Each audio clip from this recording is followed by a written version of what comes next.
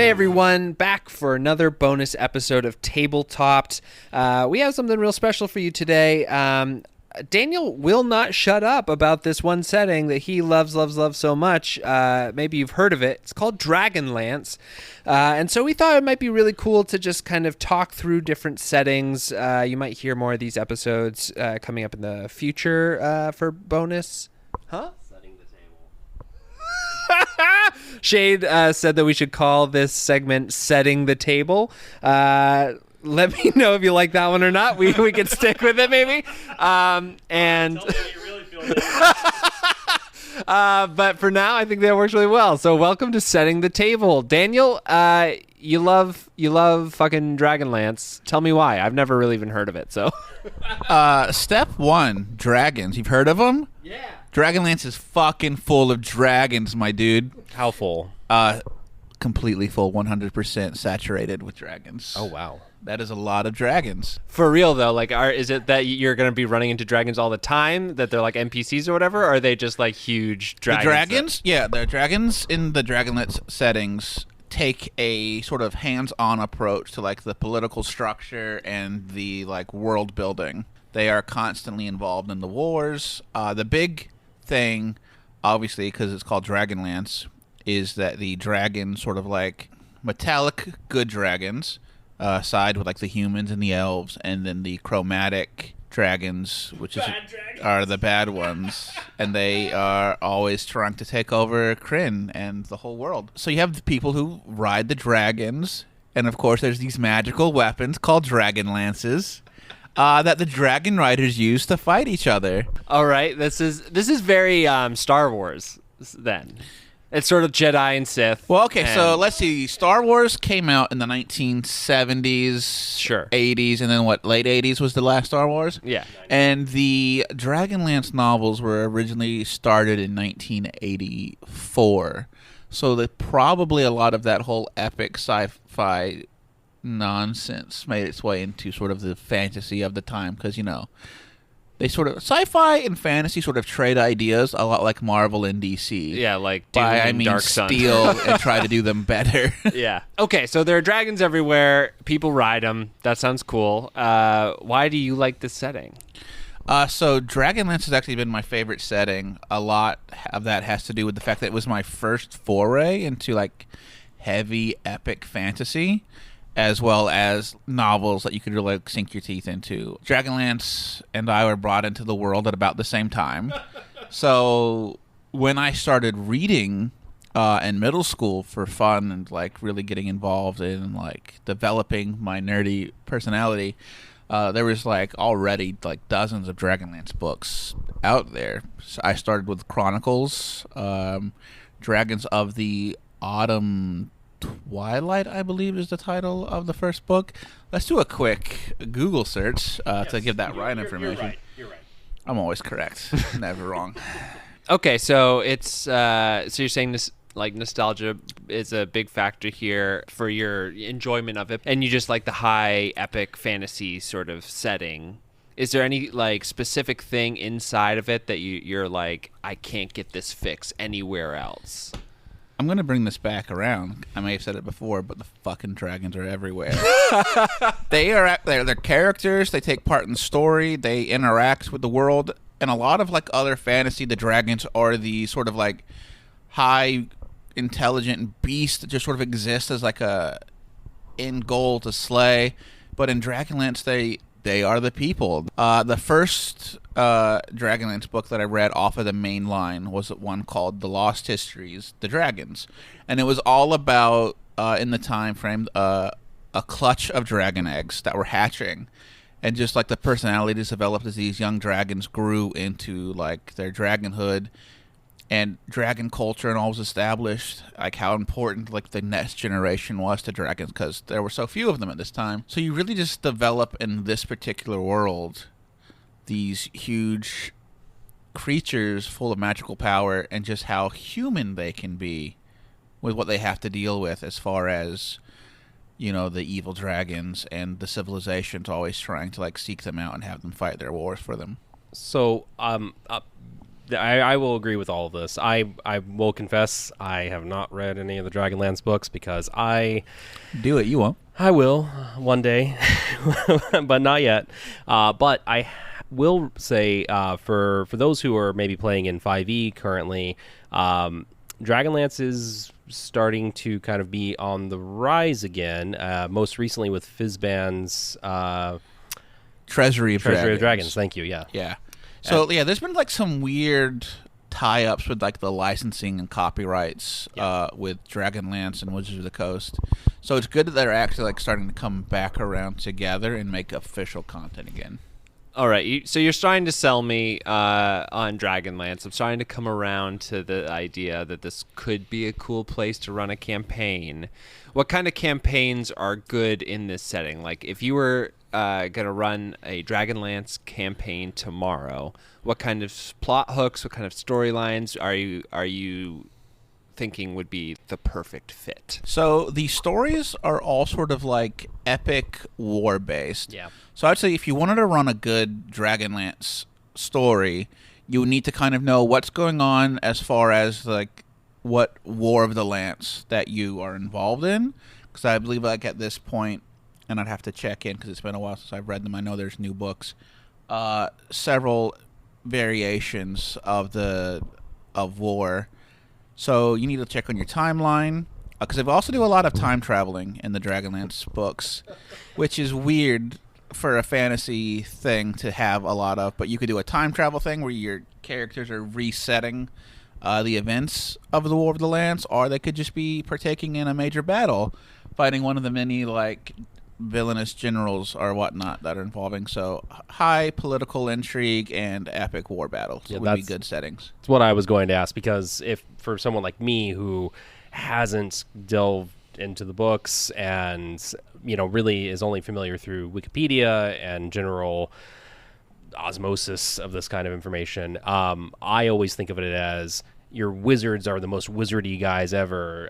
Your knights are, it's big heraldry, and your dragons are the noble or evil beast that is ever on the horizon. I love that you bring up a couple of key features, because let's keep talking about the cool shit in Dragonlance.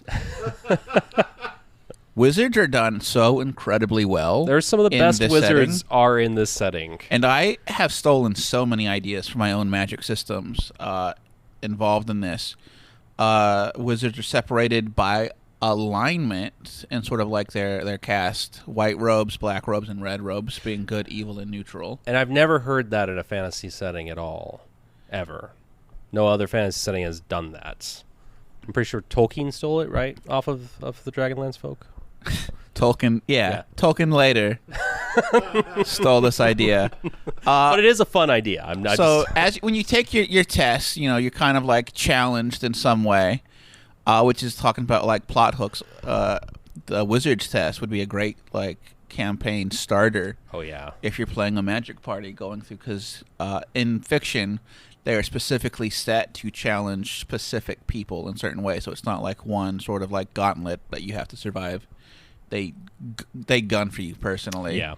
So that would be a good episode. And then of course there's always the Towers of High Sorcery. So yes, the wizards are like sort of aligned by colored of robes, but also they have like a vow to work together against like everything else. Magic first, alliances second. Will black robes and white robes work together if it's to hold up magic? Definitely. Wow. Yeah, okay. That's actually really cool. It's all about the magic first. Like all that other like bullshit and alliances, like white robes and black robes will like go toe to toe all the time because they're often on opposite sides of conflicts. But you threaten the magic and they are right back together, side by side.